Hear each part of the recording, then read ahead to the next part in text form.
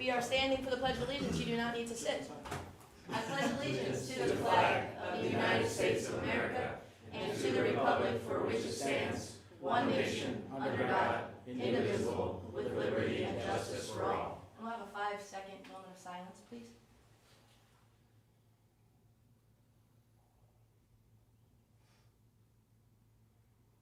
Okay, thank you, everybody.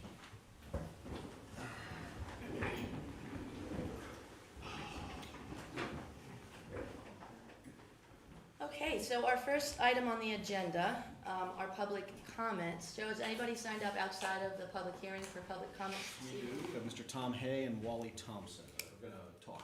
Okay, so I will then read a brief statement before the two of you come to the podium. So again, the first order of business is public comment, understanding that this is separate from the agenda item for public comment opportunity that will come up for the public hearing on a specific item agenda where we will be voting on the determination of adequate public facilities for the enclave at Parkside Development. And as there are individuals that would like to provide public comment at the beginning of our meeting this evening, I would like to just stress that you are limited to 3 minutes each.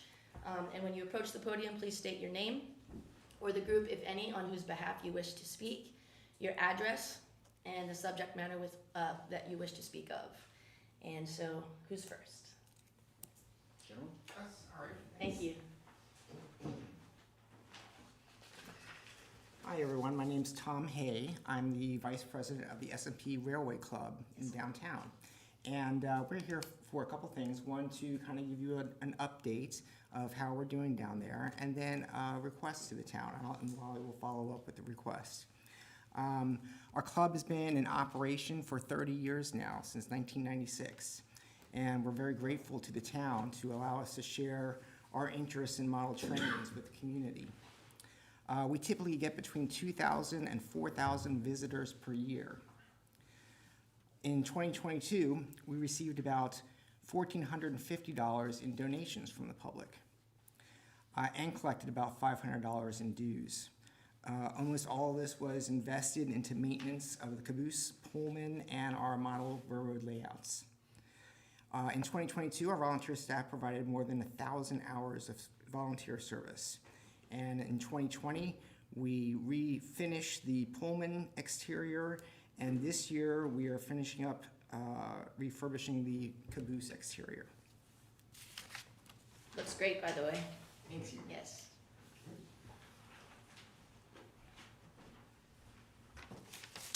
Hello, I'm Wally Thompson. I'm with the S&P Railway also. Do you need to know where I live? No, sir, it's not necessary. Thank you. Feel free to share, but we don't need to know. Very good, thank you. I want to thank you, Mayor Link and council members, for giving us this opportunity to come here and speak with you. We had our member, Mark France, who's kind of our resident maintenance fellow, and he spoke with you in the spring, and I think he brought up that there's a certain urgency with the stairs, and they present a safety hazard, we feel, to the public and ourselves and everyone.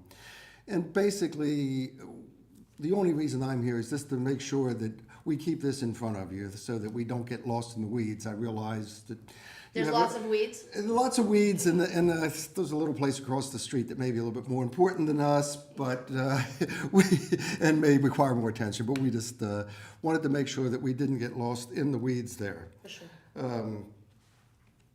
As Tom has said, we've done the painting and things like that on the exterior, but upon the examination of the stairs, I think this requires a little bit more than our amateur abilities. And if possible, if we have a town engineer, appreciate if they came out and looked at the structure on this to see what they feel has to be done to make these safe, because the whole thing that we're doing is interested in the safety, and they're getting a little unsafe. Okay. So if we could just follow up, just keep in mind that we're here, we have this problem. And one more thing, we have had a problem with the sidewalk down there. I guess if you've been down lately, the bricks are a little uneven and all.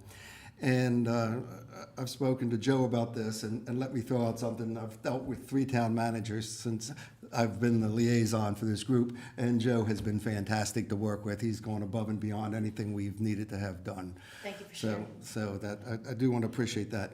But, and Joe has indicated that maybe this is part of a larger grant, that there's be a revitalization, so we understand that. But we did feel that perhaps, again, if someone from the town could come down and look at the bricks, particularly the ones on the outside, the furthest ones out, they're starting to really come down, fall off, and we're afraid somebody come down, hurt their ankle. And it's a liability for the town and for us too. So that's about all I have to, cover. I would like to invite all of you to come see our trains, get a better feel for what we do. I know Al has been a member, but to come see us sometime. Thank you, Wally. Thank you. Thanks for what you guys do. Appreciate you. Okay. Mayor, Yes. I happen, as you might remember, I happen to be showing an old, longtime friend of mine around town. Yes. I went over, he's very interested in trains, and I saw those bricks, and I see what they mean there. We were able to walk around them, but if someone's not paying attention, I Agreed. do worry they're gonna wind up underneath the train. I've noted them as well. Okay. Yeah, and Joe and I have spoken of them. It's on our radar. Yeah, thank you. Okay, so that brings us to our consent agenda, which is inclusive of only one item, the minutes from July 10th, 2023. I assume that everyone has reviewed them as thoroughly as we always do. If there's no comments, we could have a motion to approve the minutes. Motion to approve the consent agenda?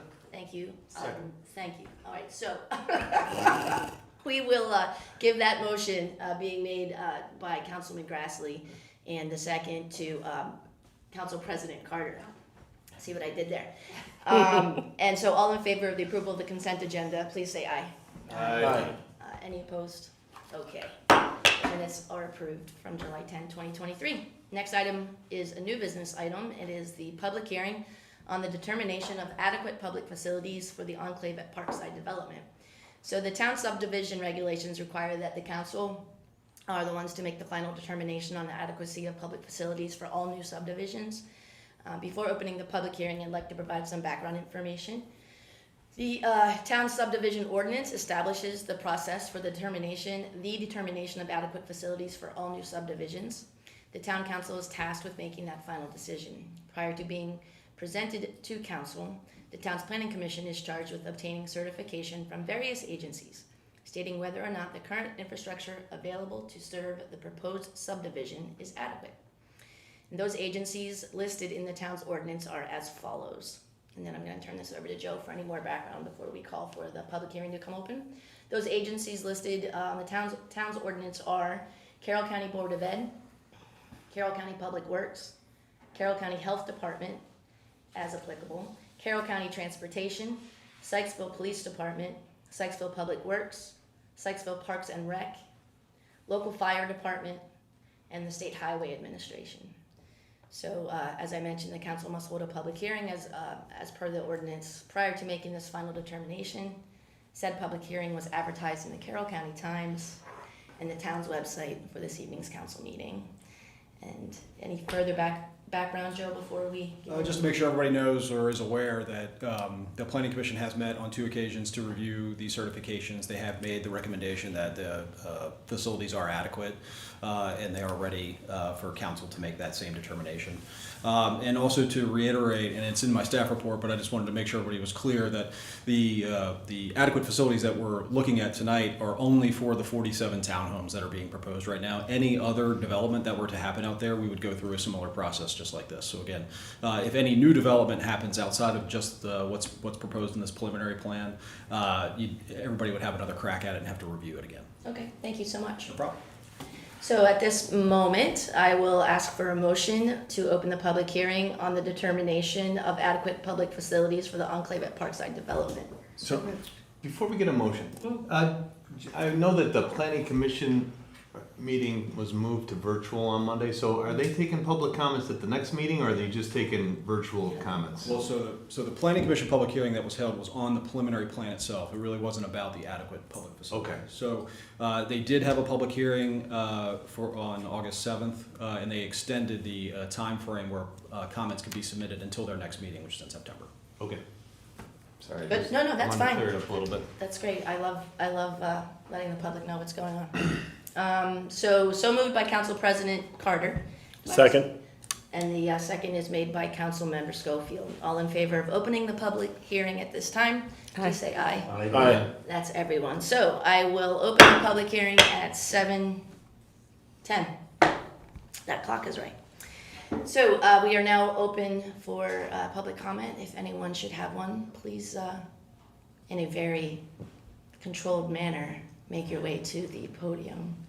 Really? Anyone? Nobody here for that? Okay.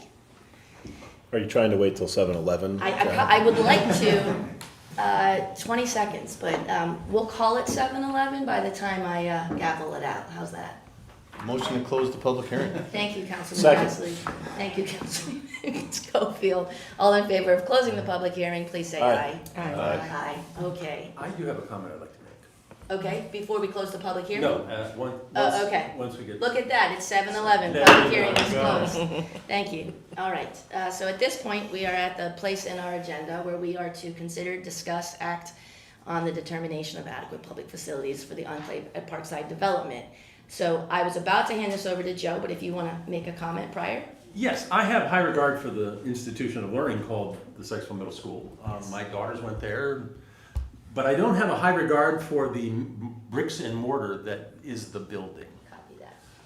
You know, I can't say enough good about how great the people are, but the building is old and crumbling, and when I heard that the Board of Ed wants to add to that, I know I have the highest regard also for our planning commission, but I just hope that somebody could find out where the county got an idea that they want to add to a building that's neither historic but old enough to be dumpy. And you know, I'm alarmed that we're just going to throw good money after bad. Maybe they know something I don't, but I've been in that building many, many times. And when my now grown daughters were little girls, and I thought, this is a dumpy old building. But I understand why the commission did what it did, and you know I always support them. So I will be voting for it, but I'm alarmed by that one little piece. And then I have an opportunity to bring it up, and my wife is concerned too. And when I mentioned, isn't it oversubscribed? And well, evidently adequate is barely hanging on by its nails. It So is. that is something I'd like to know about. Okay. And with that, I'm done. Okay. So Joe actually did mention, I'll just summarize probably what I was expecting you to say at this point, but the Planning Commission did meet on July 5th and August 7th to review the certification letters received and is recommending that the council find the public facilities for the proposed subdivision adequate. And the Planning Commission's formal memorandum of recommendation was attached to our staff report, which everyone has reviewed. The Planning Commission has met twice to discuss their adequate facilities recommendation and has voted unanimously to recommend approval by the council. Is there anything else you want to share with us? Just to say that, staff is obviously supportive of the planning commission recommendation and do recommend to council that they find the same. That we're available for questions, and also the applicant is here as well, if the council has any questions of them. Thank you. Okay. And I don't know if the number has been said out loud, but it's 47 townhomes. You may have already said that. It's just for the edification of the public. And again, if there were a commercial portion, if and when that were ever to be planned, another adequate facilities review will be done. Correct. So I'd like to do this in a controlled way, as we usually do, because we have good etiquette. I believe we've already gotten all of Councilmember Dyer's comments. I'll take the liaison to the Planning Commission and Councilmember Schofield. I don't have any other comments to make outside of, we did have robust discussions at the Planning Commission. We asked a lot of questions. I would encourage folks to go back and take a look at those. If they, I'm talking about the public now, if you have any sort of inquiries or questions or what have you, the applicant's been very good about answering all the different questions that have come forward. And the 47 townhomes, because we haven't talked a lot about it, is within our current zoning. And there is still within that zoning room for other sort of build-outs for commercial or retail sort of space. And again, those things would come forward at a later date if those were ever decided to be moved forward with. So those are some of the things that we did talk about. We talked about road sizes, we talked about all kinds of different things as part of the deliberations. And again, I encourage folks to go and take a look at those hearings or meetings. Sure. That's all that I have though. Thank you. And those are available on the Carroll Media Center's YouTube channel and our town's Facebook page. Thank you. Council President? I have an odd question as the prior liaison to the HDC. With these new 7 townhomes, are they going to still maintain the same pattern as the current units? Parkside. That was the discussion at Planning Commission, was they would conform very, very closely to what's already at Parkside. Yep. Now, I believe that area is outside of the historic district in Moorfield, but again, they're gonna conform to it anyway. Okay, that was my only question. Okay, thank you. So, again, for the edification of the public, and because I have similar concerns as Councilmember Dyer, I just want to read some numbers here with respect to capacity of the schools. Piney Ridge Elementary School is currently this past school year at 107% capacity, and that's expected to climb annually through 2028 and approach 114% capacity in 2027 and remain that way till 2028. And these are projected numbers. Century High School is good to go. We're in the low 80s, high 70s currently, and projections are the same. It's Sykesville Middle here within the town boundaries that I have concerns about and have for quite some time. And it was certainly a bone of contention with previous development propositions in recent past. And so again, for the public's edification and hopefully for the purposes of a robust discussion this evening, because I think this is probably going to continue to be a bone of contention for the public, for the residents, despite what it was that Council Member Schofield was mentioning. And I'm going to, after I read these numbers, I'm going to ask Joe if you can flip to the information provided in the letter from Carroll County Public Schools and explain what Councilmember Schofield was referring to with respect to plans in the near future. So at 2023, we were at 106% capacity at Sykesville Middle. That's to drop to 102% in 2024. And that is with or without, these numbers are without this recommended, proposed, I should say, development. 2025 will be at 110% capacity, and in 2026, 118%, and in 2027, 128%, and in 2028, 131% capacity, which I would expect in at least 26, 27, and 28, in absence of any new construction or additions, to that building. We would be looking at a lot of trailers and perhaps the potential of just sheer overcrowded and shortage on teachers. So I echo concerns not about just the age of the building, but in this case, the quality of the education and the overcapacity.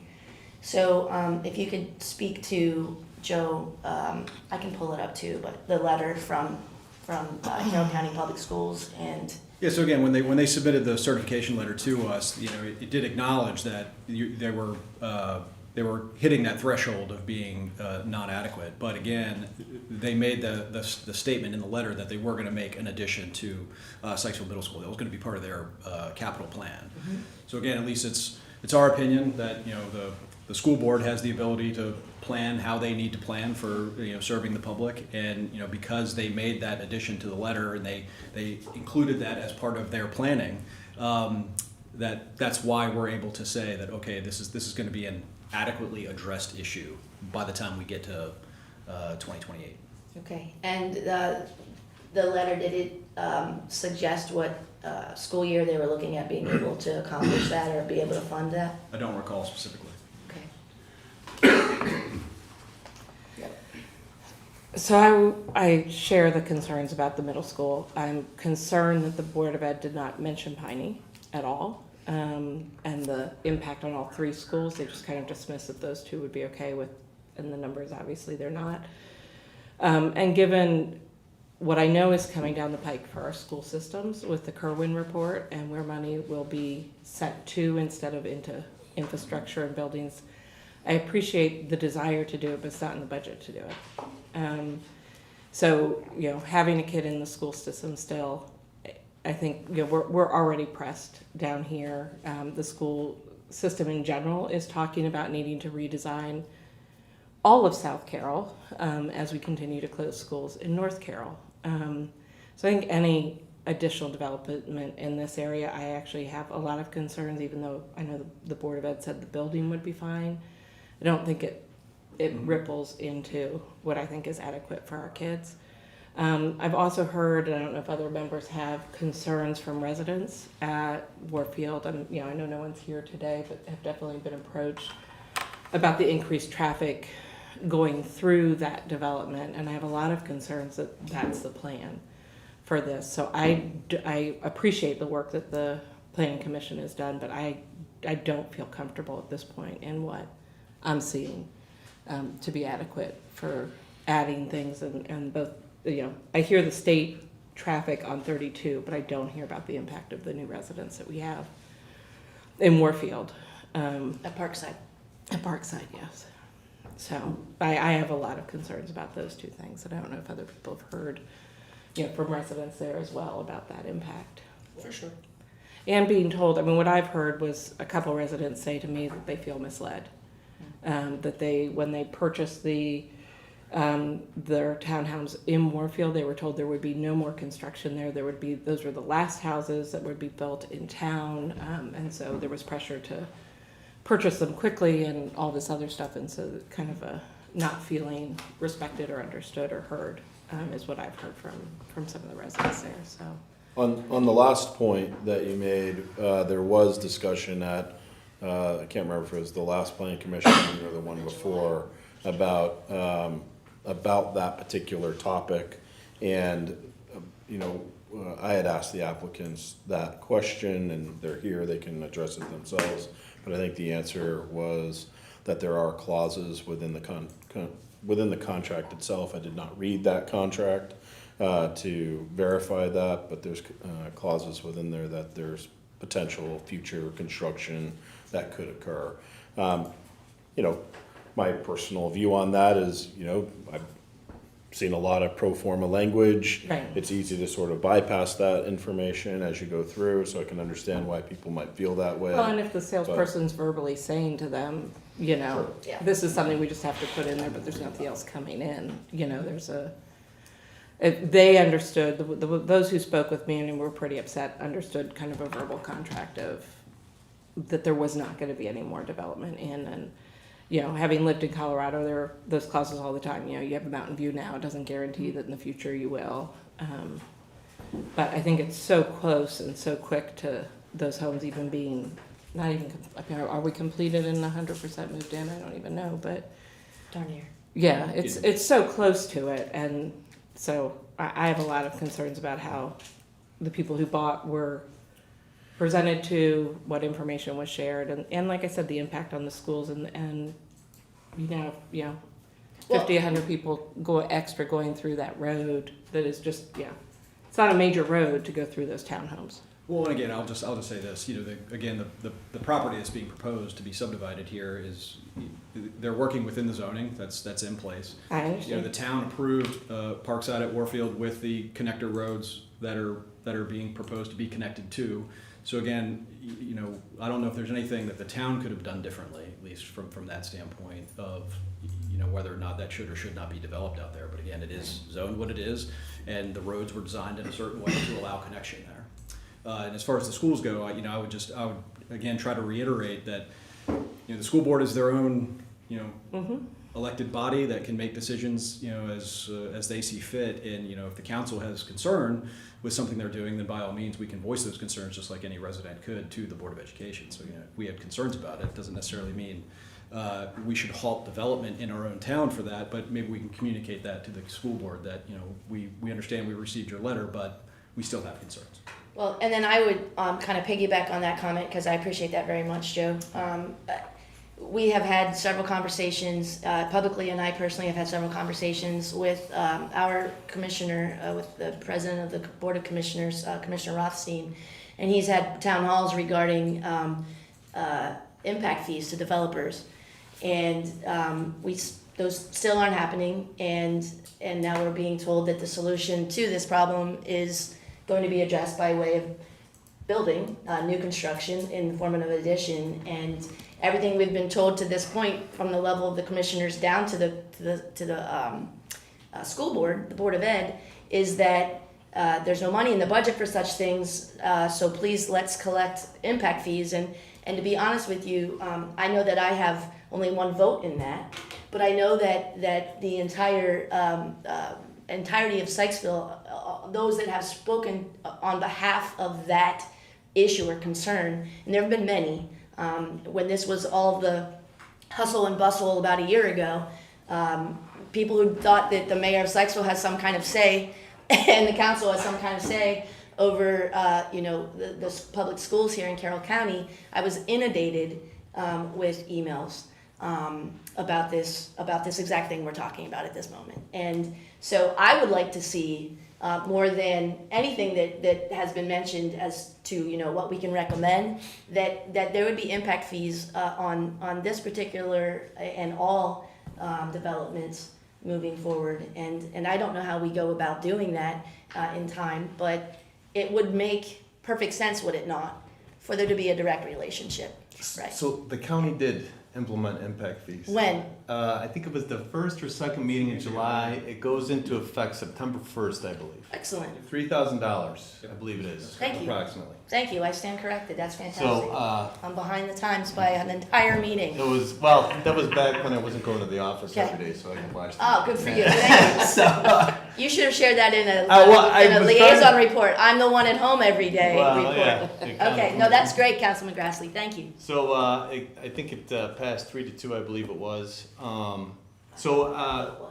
Regarding the 47-unit townhouse, I think Blueprint is gonna be the biggest impact to the school system.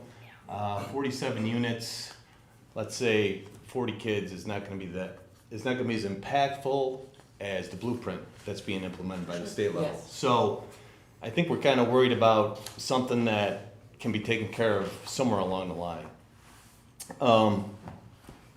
Which I'm kind of, I have a kid who's gonna be out in a couple years in the school system, so I'm kind of like, okay, that's okay. As for, I lost my train of thought, so. I wanted to ask you, I was watching the planning commission meeting, what is the official verbiage of this? Is the enclave of Parkside? Because there was a couple of things being used in the planning commission. It's all one development though, right? It was the enclave of Parkside and. So they're my understanding, two distinct developments, but they will be connected by a couple of roadways, yeah.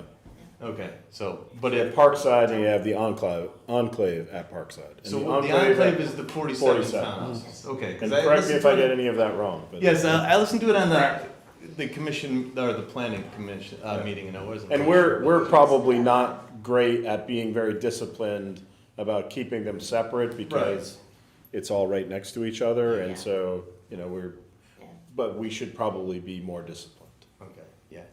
And as for the middle school, Sykesville Middle School, when I saw that, I'm thinking to myself, trailers. I don't think they're gonna make that building unless they do a full regut. So I know you're worried about adding on to something that's falling apart. My first thought was like they're gonna put some trailers down there to do the bump, and then when the bump goes down, they get rid of the trailers. That was just, I don't have no inside information on that. That's just what I And was they have thinking. some now. I was gonna There's- say there are There's trailers some already portables. there. Yeah, and my daughters went through those trailers, and they were, that was an unpleasant experience. You got to go outside. They're hot during the summer and cold during the winter, so they balance out there just right. No, It's kind of like my house. So, that's really all I want to say about the schools. I don't have any reservations about that. I think we have to trust the school board to make the decisions. They're making decisions on the whole county. I know. they've been, I don't know what else to say. That's a completely different Oprah That's show. it. I didn't, well, you have to So- go with what people are telling you, Sure. what they're standing by. They made it an Sure. official letter, it's public, everybody could see it, it's not hidden, this is what they said, if No, I they're feel you. wrong, I they're appreciate wrong, that. so. Yep. That's really all I have to say there, Dale. Now, just to reiterate, the Sykesville Middle, a 25% jump in population in a 5-year period, and calling that adequate is mind-blowing to me, but. So they did, the county commissioners did talk about this jump, and it's all estimated. Of course it is. But it's the estimates that they've used for years. Sometimes it appears, sometimes it evaporates. So, Sometimes it doubles. well, Well, but we know we know we've just added how many townhomes, so we know we've added kids. And we know we're talking about another 47, so we know we're adding more. I mean, so these numbers I don't know even take into account Warfield to begin with, I don't you know. know? Well, it's more broad than that because there's other development going on in communities that are outside of the town limits, but within the school district. So there's, Right. I mean, there's shovels in the ground already for those. yeah, there I mean, there and are. ones that They're haven't already yet. under development. Yeah. Again, I'll say Blueprint's gonna be the biggest disruptor of the Carroll County public schools. But it's based off of pupil size and it's also based off of, you know, other economic indicators that this would potentially drive money away from. Yes. Yes, having more expensive townhomes in our community drives money away from our schools in the blueprint. You're aware of that, I'm sure, Yes, Councilman yes, Nebraska. yes, I Yeah. am, I'm But it's aware. worthy of the statement, I appreciate that. And I don't expect Joe to have a magic wand, it'd be nice, but I just want to be sure that we raise this, because I have seen people in my, many years in the government, well, nobody told me that. I'm like, yeah, well, a bunch of us did. Well, it's in print, you can't say it didn't happen. You can ignore a phone call, but you can't ignore, this is what we sent you on this date. Yeah, I guess you did tell me. I mean, since I share the same kind of concern, but in all the deliberations, where we've landed is sort of where Councilman Grassley is talking about. Is there any reason why we couldn't have the town put together a note and say, hey, we've got one development that just was completed, we have another one that's underway, there's other little developments that are happening within our community that we're aware of that are also very much in the planning stages. Down off of Schoolhouse Road, for example, there's another 5 homes or so that are being planned there, and there's other little things that are happening. Why couldn't we get a letter that's an official letter from the council? We are a designated growth area after all, so it's exactly what's supposed to be happening is happening. Well, and so we can raise our concerns and say, hey, we're concerned about the schools. What's your plan? We'd love to be briefed. We'd love to get something in response in terms of what your plan is, and we just kind of keep them accountable to it. Yeah. And we send something to them every so often, right? I don't want to prescribe what that looks like right now, but maybe we could do that. I thank you for that, that's helpful. Would that go to the superintendent of schools, or would that go to the county commissioners or the school board, like all 3 of them? All 3. Yeah, maybe it could go to all of them. Put a stamp on everybody. It's easy enough to make a copy of the letter. Yeah. CC at the bottom, right? Okay, Before we vote, is there a way that you can put up the map of the new enclave location and how it's gonna connect? Looking over at our clerk in the I audience. see see if her she can- clicking. 2023-05-025, the enclave at Parkside, the blah, blah, blah, dot PDF. There you go. Thank you. That way, So yeah, our public knows. the area on the south of that picture is the Parkside development, and then the area there to the north is the proposed enclave. And perhaps we can orient them so 32 sort is of at bends the top of around. the page, yeah. So the bus stop still comes back to the circle. Yes, I guess I don't know where the bus stop is. The bus stop is on the circle. So just for reference, when we're talking about any kids being up there, the circle down at the bottom left, down, There. yep, is where the bus stops that's for high school. for everyone. I don't think Middle any school of them. doesn't walk. Technically, I think in Carroll County, buses go everywhere if you want them, but No, they don't. they don't for middle school. 1 mile. For elementary school, well, I know in elementary is the school limit, because 1 mile. they don't cross 32, that they pick them up across from Piney. Been at school forever. It's gotta be, I know. they gotta go through the tunnel, right? Yeah, they have to go through Great the tunnel. opportunity to improve the tunnel. Oh. No, they don't go through, that's not the tunnel. No, the Walker's Woods. Oh, the middle school, yeah, yeah. Middle school would go. But, I mean, but you're talking about Street cancel up. high school and elementary school. For So sure. it's probably gonna end up being its own bus at some point. So the fire department said they wanted the roads widened, so they're going through with that. So the bus should be able to fit in there, no problem. In where? Well, the circle's already Wherever there. it's, yeah, wherever it's gonna go. The circle's there, yeah, it's about getting to, yeah. I just, from everything we've heard from the community, from living in the community, I mean, I appreciate a letter and we can say we can do whatever, but we're coming out of a pandemic. Our kids are in horrible shape, our teachers are in horrible shape. I think everything we continue to press on them doesn't help the state of our communities at all, so.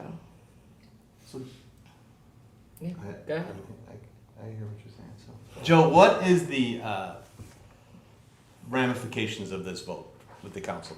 It allows the development process to continue moving forward through the planning commission. And then if it gets, if it's a unfavorable vote for the, Yeah, if the council doesn't approve the adequate public facilities, the planning commission cannot approve the preliminary plan. okay. That's a good question. Does anyone have any other questions for staff? Or any further need to speak before the council? So Jeremiah, I'm sure that the planning commission went over this hours and hours and hours, and they came to the vote, it was unanimous to vote to move this forward? Yes, it was. Okay. All right, I'd like to make a motion to approve the planning commission's findings that the public facilities for the proposed subdivision enclave at Parkside are adequate. Second? Okay, so the motion was made by Councilmember Keenan and seconded by Councilmember Schofield. At this point, before I call for a vote, is there need for further debate? Okay, so all in favor of the motion on the table, please raise your hand and say aye. Aye. Excellent. And all opposed, please raise your hand and say nay. Nay. Nay. All right, so that is passed and approved with a vote of 5-2. Thank you. And we can get a letter out I'll have one. in a timely fashion? Yep. Great. Thanks, Joe. Sure. Okay. And that's purely based on the lack of control that we have over the funding for the building, in my opinion. Yep. Okay, otherwise I love actually the plan, the whole plan. Okay, here we are for, next item of new business is to consider, discuss, act on the town energy contract by CQI Associates Energy Co-op presentation forthcoming. Quick summary on this is the town's current energy supplier contract is about to expire. CQI Associates is the town's broker in procuring a new provider with an updated rate. The background information is brief, and then I'll turn it over to Joe. The town has participated in this energy cooperative through CQI Associates for over a decade. CQI is able to pool their customer base and negotiate better rates on our behalf from energy suppliers much more efficiently than if the town had to do this on their own. Our current contract with Constellation Energy expires in November 2023, and CQI has been working to establish a new contract for the town. Okay, Joe. Please. Really, the only thing I have to add is I know representatives from CQI are here tonight to give a brief presentation on what their findings are. They actually just pulled new rates this morning so that they can give us the best and the brightest. And then tonight we'll be asking council to approve that contract as recommended. So I'll turn it over to the folks from CQI.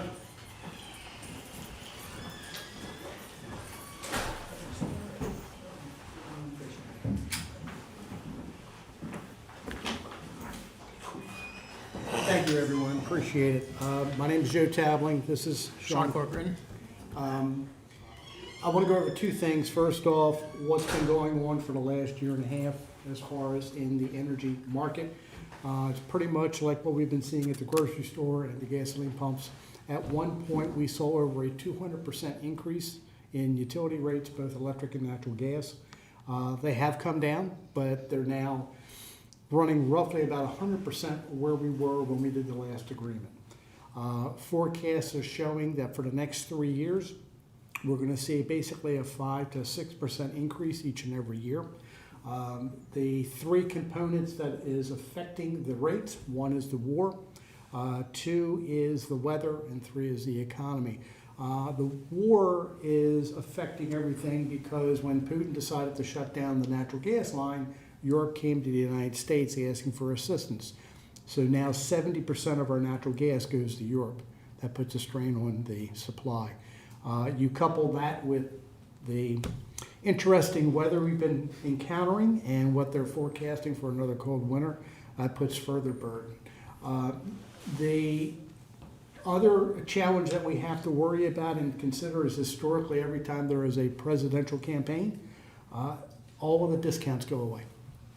So we got to make sure that the community, township, is covered at least through all of 2024. And I'll have Sean go over the numbers with you. Our recommendation does protect you all through 2024 and into 2025 so that it allows the new administration to get settled, get the new agenda in place, everybody understand what the next 4 years are going to be and how to price accordingly. So Sean, why don't you go over, does everybody have the, Not the They've- new, no. Most recent. They were just sent the ones that I got first, okay. not the Okay. second draft that you sent out.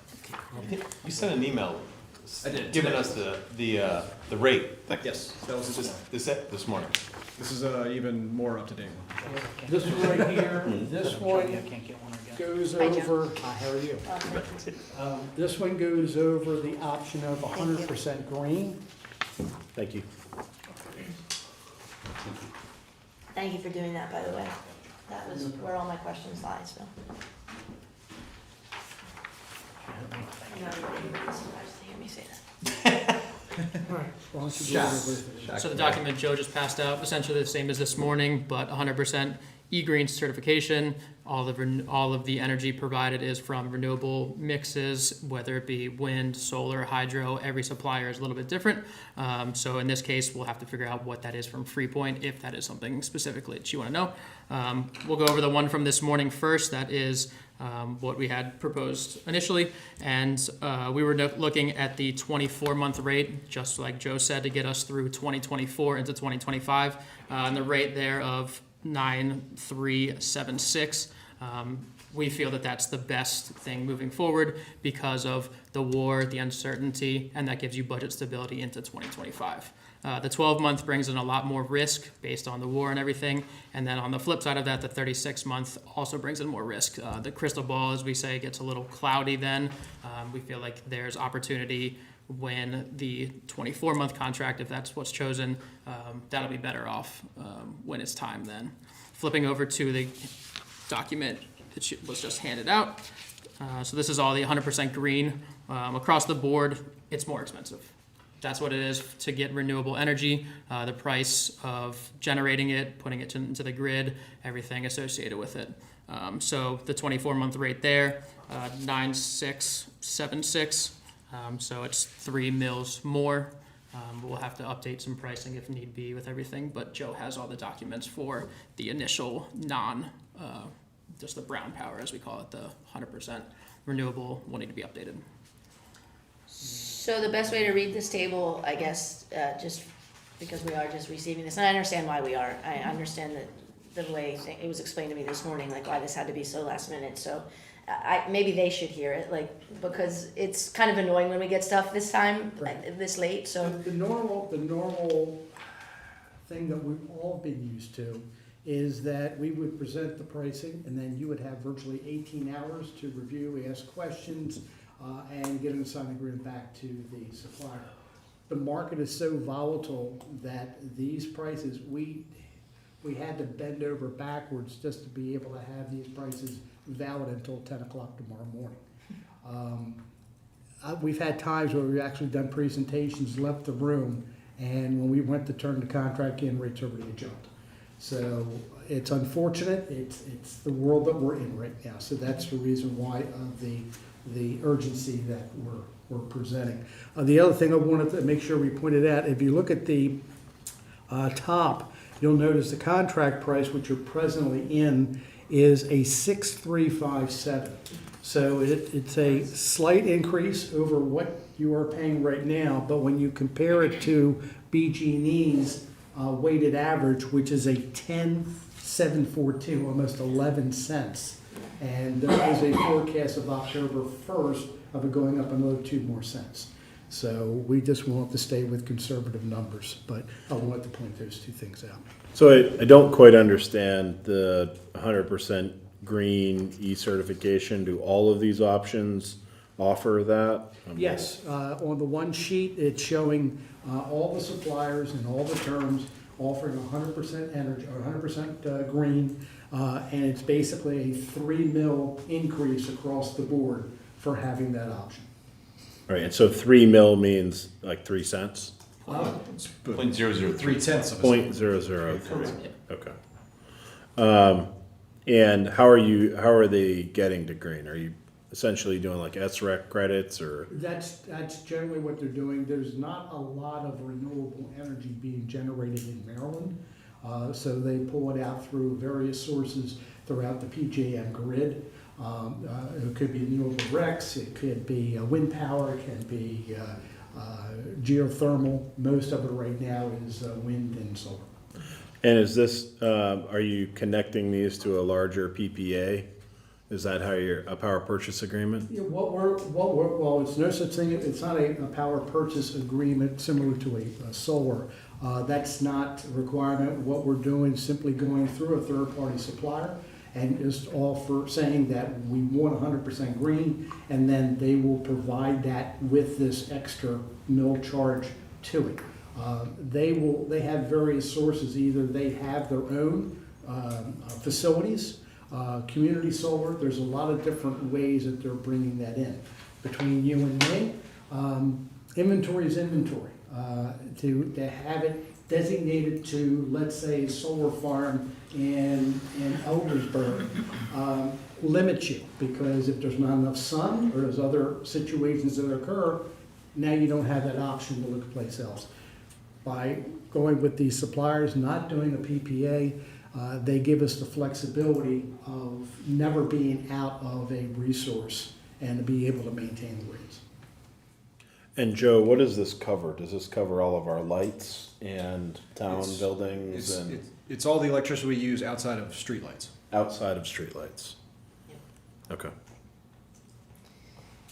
So, this is really helpful. I would have loved to have seen, instead of the comparison being between the utility and these proposed estimates, but instead between these all 100% green and the original paperwork provided to us earlier today, so that we were comparing what we would have had in, because I'm not looking at it right now, If you go with the green option, it's because you said it's like $320 more. It's basically $325 Yeah. increase. That's an annual. Yeah, it's really a silly conversation to even be having, yeah. Is that annual or is that per billing cycle? That's annual. Annual. Yeah, 'cause Not compared to BGE, but compared to non-green. Compared to none. estimated total cost of our energy consumption for the term, or I guess annually, if we move to this new supplier, is gonna be just over $10,000. If you do the 100% green, it's gonna be $10,500, give or take. And I have to commend the township. Only using 108,000 kilowatts a year is very low compared to other townships that we work with. Because these lights are off in this room when nobody's in it. Which is awesome. Well, and remember, we just went through the LED conversion not that long ago, so again, that obviously helps with. I mean, that's obviously the real reason why, but this light's being off helps too. In the future, if we decided to get solar energy, like a grid of it, not to supply the entire town by solar, but to help supplement, would that void out our contract? Absolutely not. We make sure that the agreements are set up that there is no minimum, maximum usage, so it allows you to look at and consider solar options. Okay. Excellent question. Thank you, Council President. So what happens if the available renewable energy does not meet the consumption rate at a let's say it's a 5-day period, let's say? Okay, you're never gonna be without power, okay? You always have the default utility as the last resort.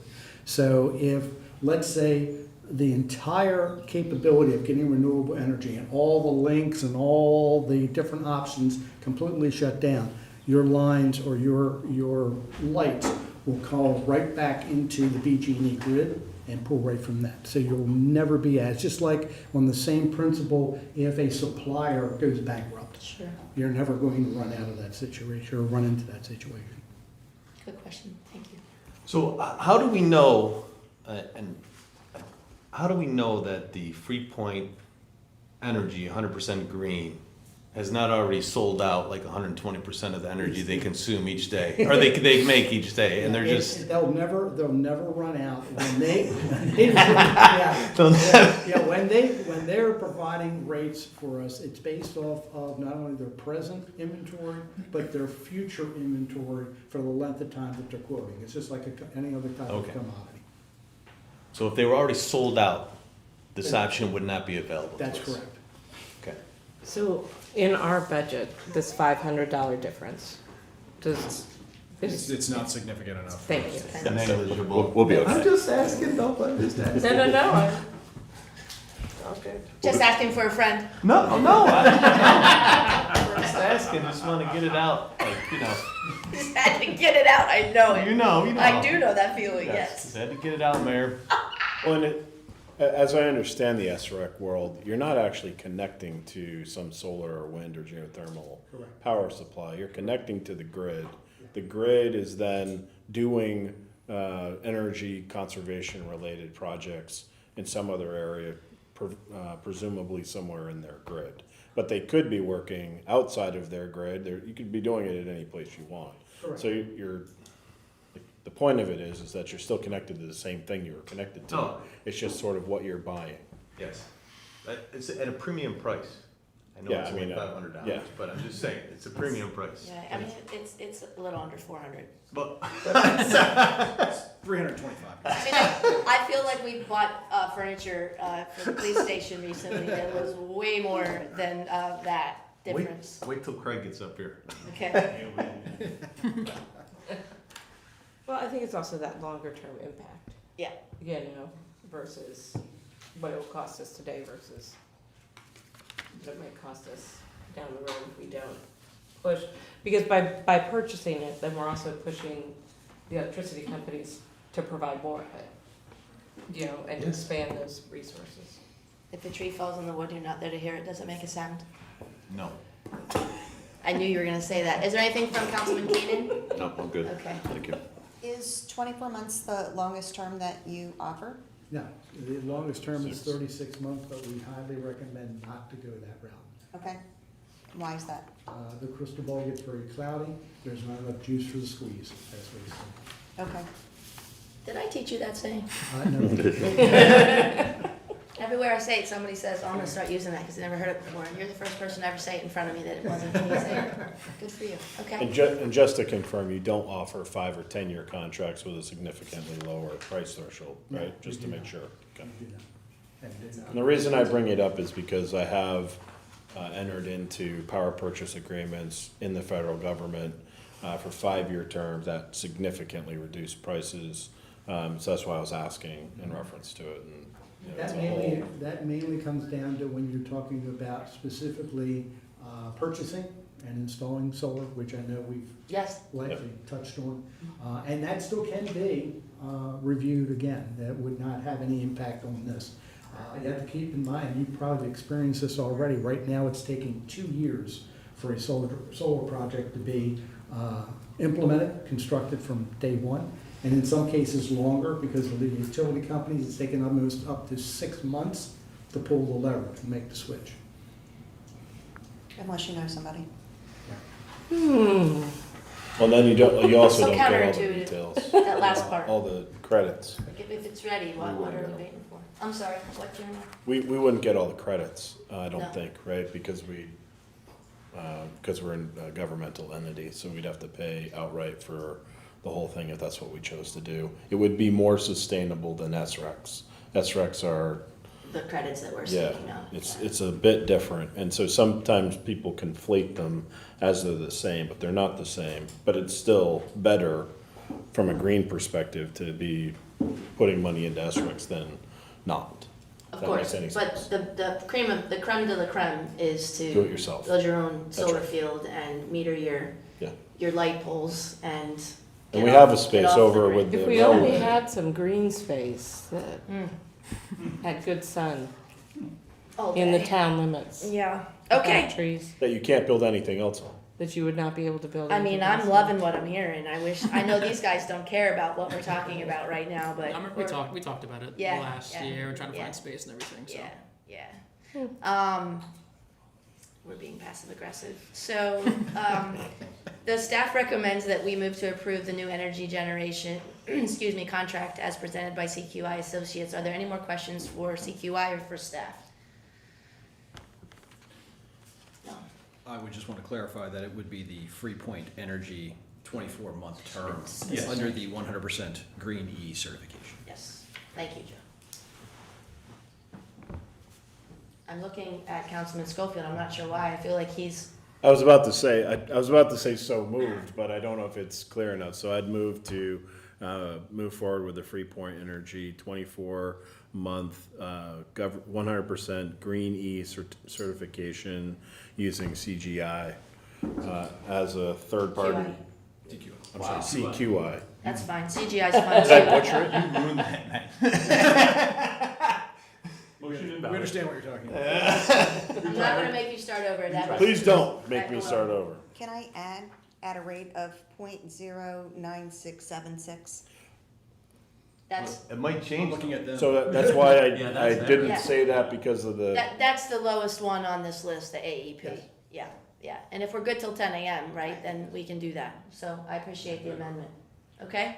So that's the motion. Do we have a second? Second. Thank you. So the motion is to approve the new energy generation contract, specifically the 100% Green E certification, two-year, 24-month contract with AEP at $0.9781 dollars per kilowatt Point hour. What? 0.09676. 7-6. Didn't I say that? Nope, you said 8-1. I think that was. Oh, I was below wishful the green. thinking. Look, I thought I was gonna do this perfectly. I'm gonna start over. I You think butchered it like I I did. did. You looked at the wrong line, Mayor. That was AEP on the first Yep. draft. Yep. Okay, so, the motion is to approve the new energy generation 24-month contract as presented by CQI Associates, specifically for the 100% Green E certification option through AEP at a rate of Freepoint. Freepoint Energy. Energy. Yeah, it's the one, but you said it was below the green I'm one. gonna vote Okay, no on this, Freepoint Energy, and be I know quiet. what it is. $0.09676 per kilowatt hour. Thank you so much. That's the motion. Any need for further debate, please say no. So I do have one thing to add to it, but it has to do with sort of the future of this. I would be interested in having further discussion in a future meeting in reference to possibly doing some sort of solar array within town. And I would Something just, that I said earlier. that's right. Yeah. So I'm just sort of coming behind you. Yeah, no, I appreciate that. As a matter of fact, it was. Re-boosting it up, because It- it wasn't necessarily part of, I don't know, was it? Well, it was a Word Nicola come to conversation, mind, it was a conversation with CQI a little Yeah. over a year ago, and I tried to bubble that up in strategic planning, but it's clear now that our heads are all in the same place, so I'd like to Maybe further one, substantiate maybe that next, desire. next strategic session, I'll put one star next to it. Oh, I would love two stickers. That was up there. Okay, so that's the motion. All in favor, please signify by raising your hand and saying aye. Aye. All opposed. Opposed. So that passes with a vote of 6-1, and, thank you. Thank you, CQI. Thanks, guys. Thank you. Thank you. Yeah, I hate this, but it's the best we can do. all right. There wasn't a war in Ukraine. What do you give me that look for? Because I wouldn't do that to my house. I know it's only $500. The next time Chief wants to buy $6,000 worth of furniture for his office, we're gonna vote on that and then see if you vote no on that. Okay, our next thing on the item, on the agenda here is the announcements and reports. and I know Chief's not here to defend himself, I've been cheesing him about this for 3 months, so everybody just get that out in the open. All right, the next meeting is Monday, September 11th, 2023. We have volunteer opportunities available on the Historic District Commission, Parks and Recreation Commission, and Police Auxiliary. Please email town@sykesville.net for more information about volunteering with the town. We'll begin with our staff updates, beginning with our treasurer, Craig Weaver. That is a treasurer's report from June 2023 and another report from July 2023. Double which is- header, walk all the way around. Yeah. Not happy about that, Craig. Right, Weaver. Double header, huh? Yeah. Admittedly, I told him to do it. Yeah, so I didn't take like any notes or anything. I'll try to like get through this. Apologize, we are gonna go over to treasurer's report at the same time. Probably preferred, actually. So, Should do one at a time. well, obviously I'm gonna get one. Good evening, everyone, there, town Craig. council, public. Nice to see everybody here. So let's start with the June treasurer's report. I know there's a lot of information to cover, so, and for you guys to review, so I'll try to speed this up so it won't be too burdensome. We're not 100% finished, obviously, with the June final report because the auditors will be having their say on the final numbers. They coming out actually next week to do field work, which we're a little bit ahead of time schedule, which is good. And I've been trying to really get, scrub things down a lot faster. So the report you have is pretty good. It's not going to be huge material changes except for some revenue that we still hasn't arrived yet that we're kind of hoping the numbers come in the way we think they are. Obviously, right now the revenue exceeds the expenses by $263,000, which is very good at this point. Still not in though. It's still we're thinking one more month of state income tax. I'll get to your question in a little bit. As well as some highway user revenue that hasn't gotten here. I think the last payment was April. So we're still waiting for, So how much would that add to the 263 or 262? Joe and I have a little disagreement on this because I'm being more conservative than he's usually conservative. So We based some of those projections on what we saw last fiscal year. So we know the last income tax payment that we received last year was at the end of August. That was pulled back into the previous fiscal year, and it was around the $150,000 mark. So we're anticipating another payment around there. And how much for highway user revenue? we're budgeted probably another $45,000. So like 450,000 possibly that we. No, not 400. Oh, you mean grant? Total. The bottom line would Be increased read. by Yes. about 200 more. Yes. The Yeah, only that reason 450. You said The reason 450. It's I'm about right. raising it is because I know we're supposed to have a conversation in September in reference to taxes. That's what we had committed to doing last time. And I just want us to have a full all-in understanding of where we landed over this year, or where we anticipate.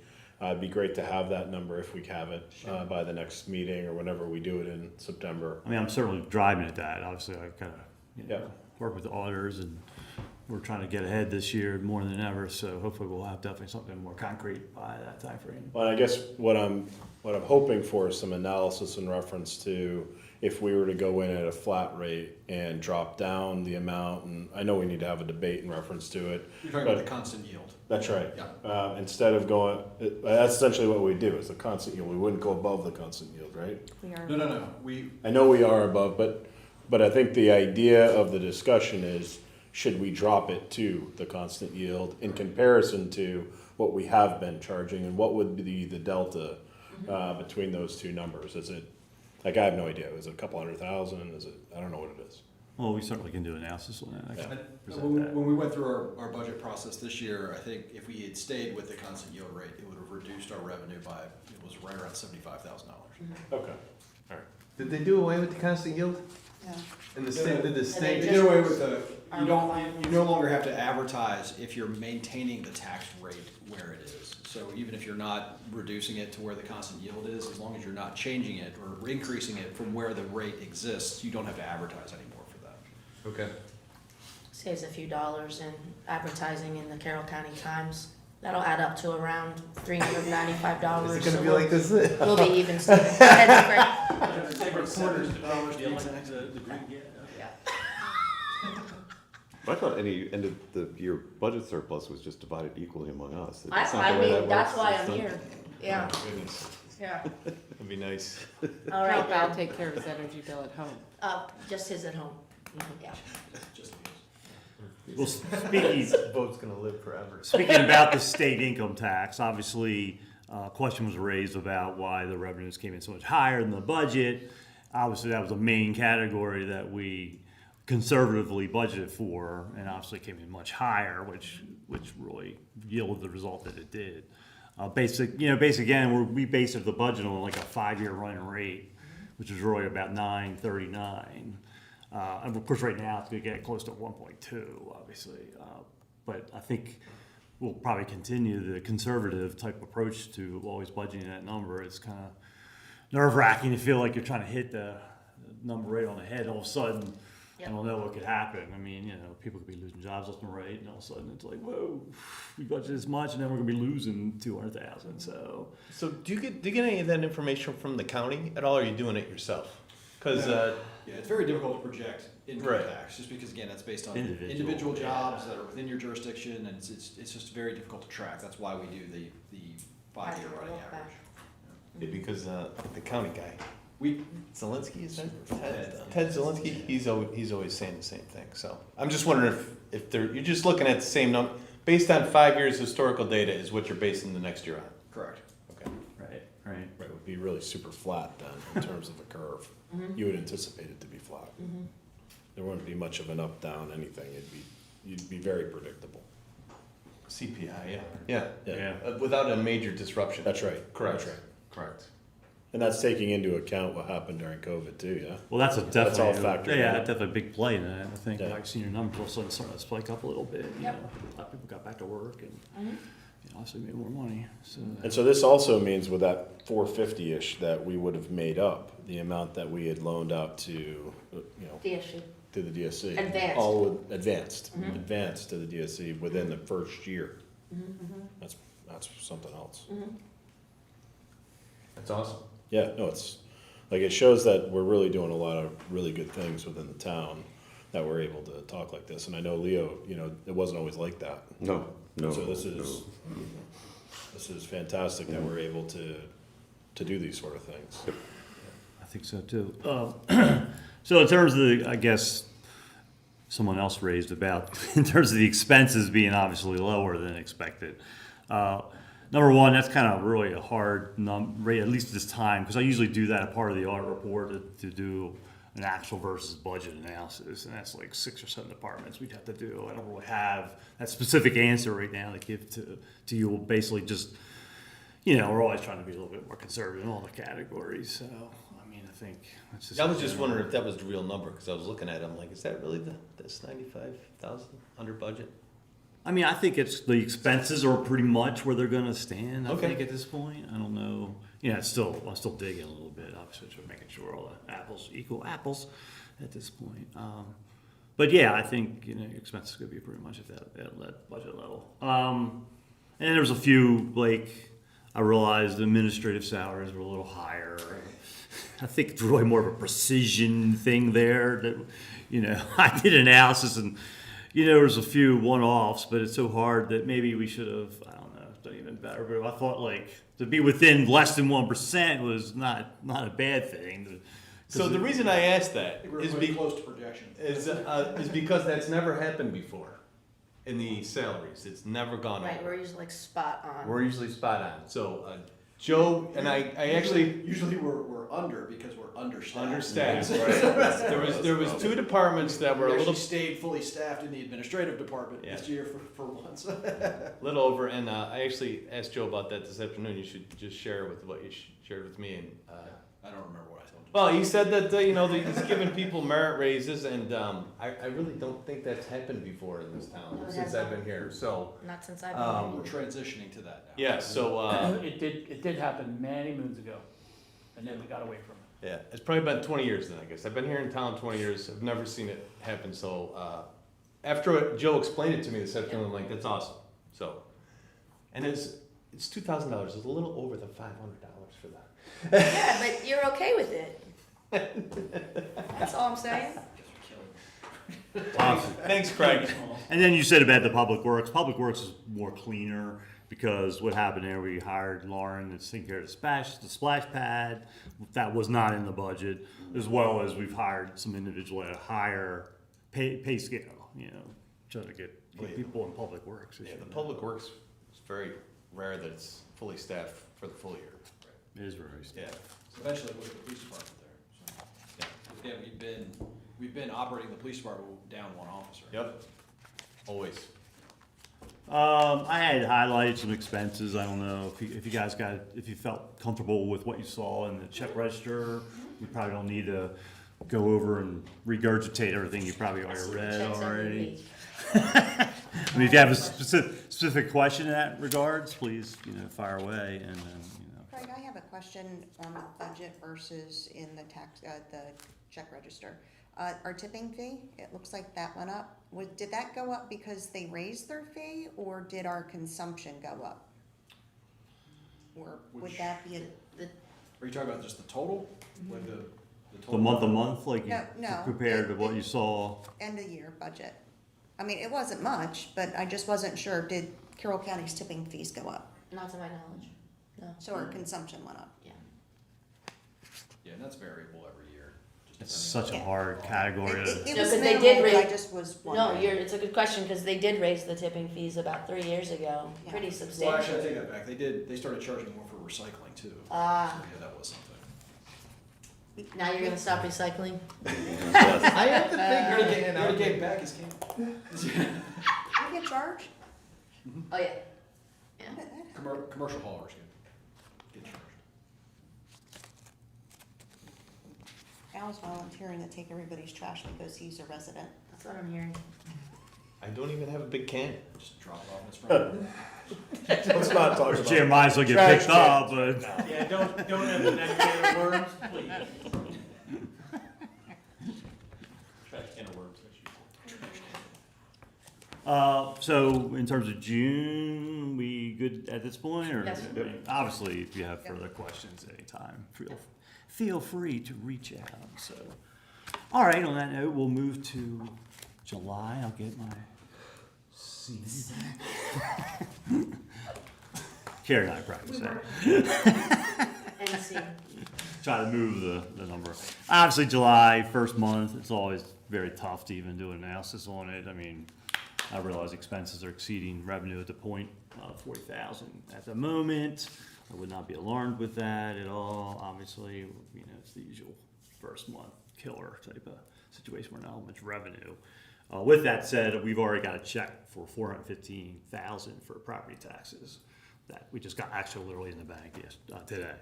So obviously, next month you'll see that through the August. So we're already moving along in terms of revenue.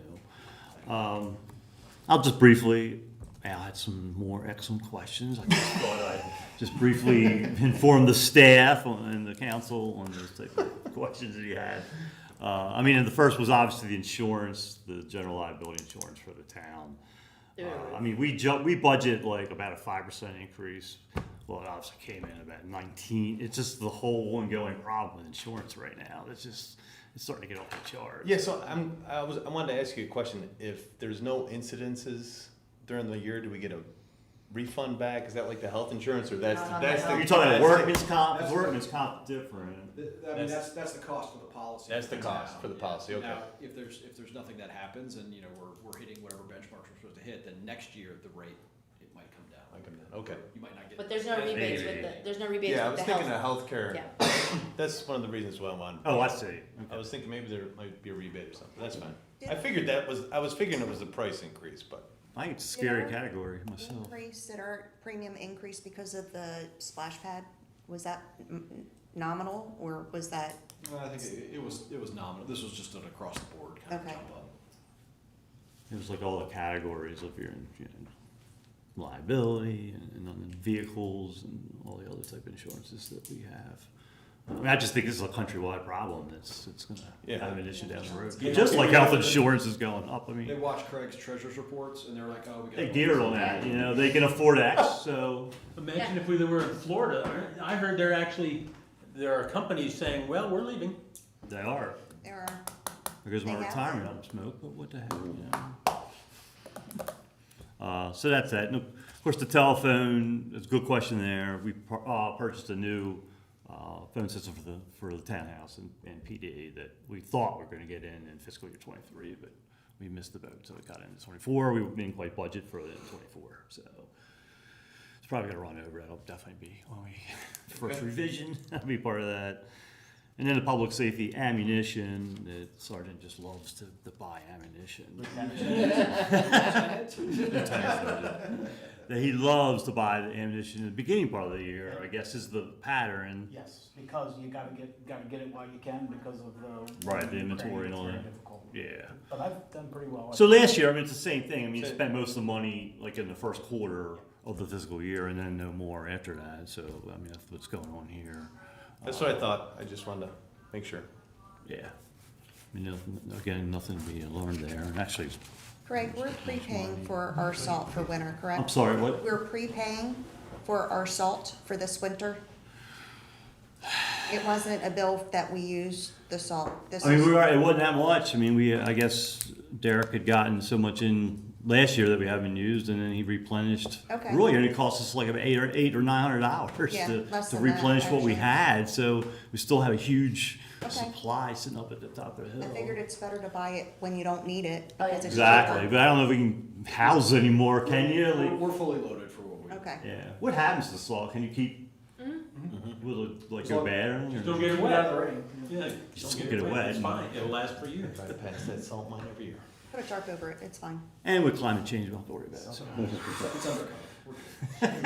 It's crazy to look at. That's huge. I can't believe the amount of salt. And everything's warming up, so the climate, we don't have to worry about it. Yeah, right, so, no problem. Right. Again, there's a lot of expenses. I'm sure you probably already looked on the check register. I don't know if I need to bore you guys with just saying what was obvious. I can, but I'll I don't have any speed questions. the evening along. You're never boring, Craig. I have no more questions either. Grassley has no more questions. There's you know, there's Listen, nothing even crazy. I love teasing Al about his questions, but they're very thoughtful questions. I appreciate his thorough comb, which he uses over every single treasurer's report. Well, And but he didn't acknowledge the decrease between the budget and the actual on the EV and the gas prices. I on was looking at the bottom line. I wasn't looking The at. police Was it department. $325? it was 392 exactly. It was over 1,000. Yeah, Oh, I see. there you go. Now do you want to change your vote? You want to change your vote? No. All right. I do have a silly question, but it's true. Why is it an easy pass violation? I mean, I understand you might need easy pass, but why violation? I have the same question, Mark. Every 2 weeks, I have the same exact question. Every month. Yeah, I mean, is it just a misnomer? Should the word be changed here? Or is there truly a violation going on? We No, because just people don't sign up for their Easy Pass. need to use really? an easy pass. Well, that needs to I didn't even be think you fixed. need to use it anymore. How long have I been You can there? go online and you can put your. I'm well aware you can, yes, I That's know. how long I've been saying this. Who needs an easy pass? There's Our an officers individual who doesn't do it. who likes to drive without an easy pass and hits every single toll between here and Ocean City, extra ones, like not even in Maryland. So then why is that our responsibility if they can have a cheaper obligation? It's Why is it $3, our folks. obligation to? Like, No. let's knock that down. It's the violation that brought it up, that's all. You can do it, you don't need a transponder anymore. I'm You aware. can do it What with are- a what are license. rules Where that it's we don't been follow? communicated to the individual Is this some sort of, numerous times. is this some sort of it causes autism thing, or? Let's move on. Yes. $30. It's very, very, very small in terms of dollars. I mean, very small. But what isn't as small is the $1,000 difference between the gas prices. Oh, no. That is a huge savings on, It's huge compared you to know, by this. using, because it was the shift from Yeah. traditional energy Absolutely. to EV Renewable. energy. Thanks, Craig. Next up is our public safety report. You know I'm gonna ask you after. Thanks, everybody. Thanks, Thanks, Craig. Craig. Good report. Thank you. Okay. Good evening, everybody. Good evening. How are you gonna come after that now? I mean, I have no it's gonna be tough. I'm taking my glasses off, that's only the first thing I'm gonna say. So I'm gonna here to talk about the public safety report from July 4th to 2023 to August 7th, 2023. Mr. Grassley, as normal, had several questions that I emailed to everybody. I hope everybody was able to see that stuff. I appreciate it. Thank you. During this period, we handled, 14 assist other officer or backups, 27 assist other agencies. We had 18 community policing initiatives. We had 20 follow-up investigations, and the majority of them come from a rash of thefts that we have encountered in the area of Jennifer Way and Village Road. 60 foot patrols, 2 grant enforcements. We had 1 personal injury accident and 6 property damage accidents. We had 500 patrol checks, 10 special assignments. We had 50 traffic enforcement initiatives, 15 trainings, and 12 welfare checks for a total of 1,013 events. Slow month, basically, is what you're It saying. was a little busy. Outside of that, does anybody have any questions about the public safety report? I don't. I had 2 questions, and Councilman Grassley asked them, so, Okay. yeah. I always have the question I asked your boss, so I'll ask you. Do you see any new things that disturb you? There's nothing that disturbs me anymore. Bad litmus test over. Well, I'm just giving you an opportunity. You're in front of us, you have a microphone to say, you know what, I see something that's bothering me. And if the answer is no, that's fine, but I always like to throw you a like an softball and see if you want to increase? swing at it. So I will say that we were relatively very lucky to not have a crime surge per se, but we're seeing a lot of theft from autos. The potential of people coming in to our jurisdiction from other places, Baltimore City, Virginia, we're seeing a lot of Virginia tags pop up. And some of these actually have been solved or are very solvable thanks to the folks at the Sykesville Apartments putting in tag readers and cameras. That is huge for us because we've been able to close a lot. When I say we, I mean Sergeant Lacey is doing a bang-up job, as well as the officers that are taking initial reports and actually putting the street letter to the neighborhoods and knocking on doors. Officer Hoppe did a great job in a couple of the thefts that she had.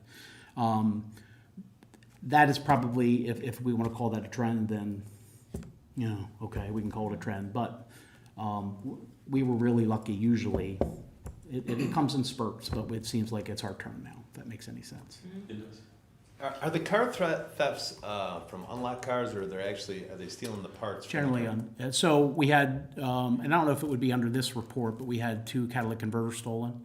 So obviously they're, and we watched video of that, and they were in and out in 3 minutes. Wow.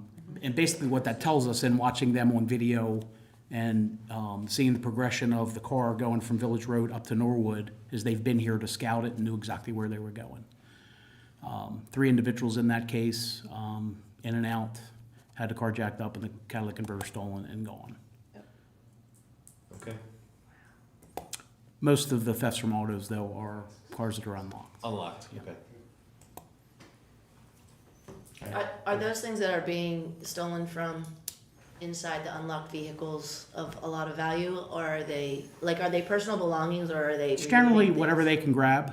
Officer Pichardo investigated an incident where a gentleman on Village Road had several like softball championship rings, and he had every single one of them in his car. He put that total at $15,000. So that'll give us an avenue to investigate with pawn records and stuff. If that stuff starts showing up, then we'll have an avenue to try to locate a suspect. Most of the stuff is money. Credit cards generally we'll find discarded somewhere else. Like that gentleman's wallet was stolen. I believe they were in a stolen car. That car was involved in a chase. That car was then abandoned, and we found the wallet in the car. With very little. Well, actually, his license was there, and I don't know about credit cards, but electronics generally, but generally whatever they can grab. Credit cards, of course, if they're there. Lock your cars.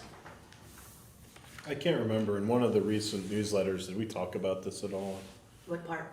The, locking your vehicles, yeah. Chief mentions it all the time. Yeah, I think he says it every newsletter. He so- actually I was does gonna every say, summer we edition, sent he out, says he it. sent something out also about it. Yeah. I thought that Chief said that the department was gonna send out maybe flyers to everybody to remind them to lock their cars. I know that was a consideration, and I don't know how far we got on that. I remember Sergeant Lacey brought that idea up. And So what was the alert that went out, the catalytic converters? I'm remiss, and I don't know There the was answer. something that was sent out, I thought, on, I don't remember seeing anything. I don't remember getting that. I'll write a note and check with Sergeant Thank you. Lacey.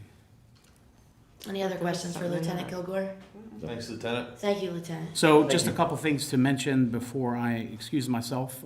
We partook in National Night Out, and thought that was a very successful event. A lot of interaction with the community, handed out lots of freebies, and had some pretty positive conversations. I enjoyed the Helicopter, company yeah. and the helicopter. And then Sippin' on Summer, from our standpoint, was very successful. We had one issue with a young lady that had a slip and fall, and went to the hospital with a concussion, but she had some underlying medical issues that we think caused her to faint. And in her attempt to actually sit down, she fell and bumped her head. And it had nothing to do with the road construction. No. Yep. Okay. And one last thing is, we have Officer Hoppe in the room, and we've signed her up to be CIT trained here coming in October. All right, So all right, all right. thank you. Excellent. Thank you, Thank you, guys. Officer Hall. Thanks. Thank you. Thanks, Thank you. Lieutenant. Yes, ma'am. So that brings us to our first, I guess it's our second, auxiliary police report. We got a haircut and everything. I didn't, sorry. How you doing, Jeff? I'm doing well. Excellent. Good, it came up. So I will be first to admit that my numbers are inaccurate. For meetings, it should be 94.75 hours to give you the total of 1,300, or 1,034 hours and 0.5 hours, so. But anyways, I'll work 2 additional hours a month to pay for that easy pass Thank you. violation. Thank you so much. I appreciate So- that. If that helps with that. That's fantastic. So, as you can see in this report, we've increased our number of auxiliary officers by 3 since the last report. So we've hired 3 new auxiliary officers to kind of round out to almost 10 coming here. We're going to lose one here fairly soon. He's going to head off to the academy, and hopefully transition over to the sworn side of the house, which will make 3. 3, yeah, 3. 4 in the last 2 years. 4 in the last 2 years, yeah. So, pretty exciting. That's incredible. So, Yeah, okay. yeah. And of course, we're still maintaining the 2 crossing guards, so hopefully for this school year, coming up school year. So, we track their hours and their numbers, so far so good. So we're on track for, again, a continued 52% increase. It's not just because we've hired, we're constantly participating. We're going out. You're seeing increased numbers across the board in our events, ride-alongs, so building that relationship, the volunteer relationship with the sworn relationships. That's always very, very important for us. We learn a lot. Sworn learn a lot. So we're one cohesive family. So it's very important for us to continue to build those. Symbiotic relationship. Yep. So we are increasing our training. We just completed naloxone training this last quarter, which is quite important for us, we think, as volunteers, because we're usually first responders there to begin with. So just an additional resource that's important that that the department has. So a lot of these other hours, again, if you have questions on what is admin or what are we doing for training, just let me know. It's not a big deal. Events over the last couple months, a lot of events. Busy time. A lot of events. It has been a busy time. Also, a lot of attendance at the farmers markets, and that's how we've gotten a lot of new officers. We see a lot of present. There's a lot of presence. There's a lot of questions about how do we can help and volunteer. So, which is pretty cool. Outside of doing social media, and I think that's been the 2 big, social media and farmers markets, where we're getting people to come and volunteer. Coming up, so again, recruitment campaign. We're going to try to get that 10th, maybe 2 more, hopefully by the end of the year, to kind of round out those numbers. What campaign? recruitment. Oh, recruitment campaign, Yep. sorry. Mhm. So constantly trying to, Makes sense. with the schools, so Carroll County community, so Carroll there, or a couple of the other colleges, McDaniel is the other one. We're going to continue to increase our patrols. So our patrol checks, basically going out in the neighborhoods, have gone up again 50% since the last report. So that's something I did promise you all from the last time, to continue to increase our patrol, kind of additional eyes and ears to help these guys. We had a fairly good one, I guess a couple nights ago. We were in the right place at the right time and supported a DUI arrest. So hopefully, being in the right place, being out and about, continues to help and support and kind of deter. So what would be the support mission of helping out an officer with a DUI arrest? What would you guys be doing? So, taking notes, but also kind of cording off, creating that safe bubble so the officers can focus on what they need to do, but we can make sure we maintain that there's either nobody coming in, kind of distracting, kind of keep an integrity of that space. If it's on like 32, we tend to just provide some of that extra safety with additional vehicle there. You think twice if you see a second vehicle, third vehicle show up. So you never know in the psyche of the individual what they're thinking if they see another vehicle or an additional officer there. So safety mainly.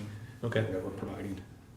Excellent. And just if we hear something that's, because the officers are really focused on what they're doing, there may be something that we hear as we're taking notes, as we review. We kind of provide that after action with the officer. All right.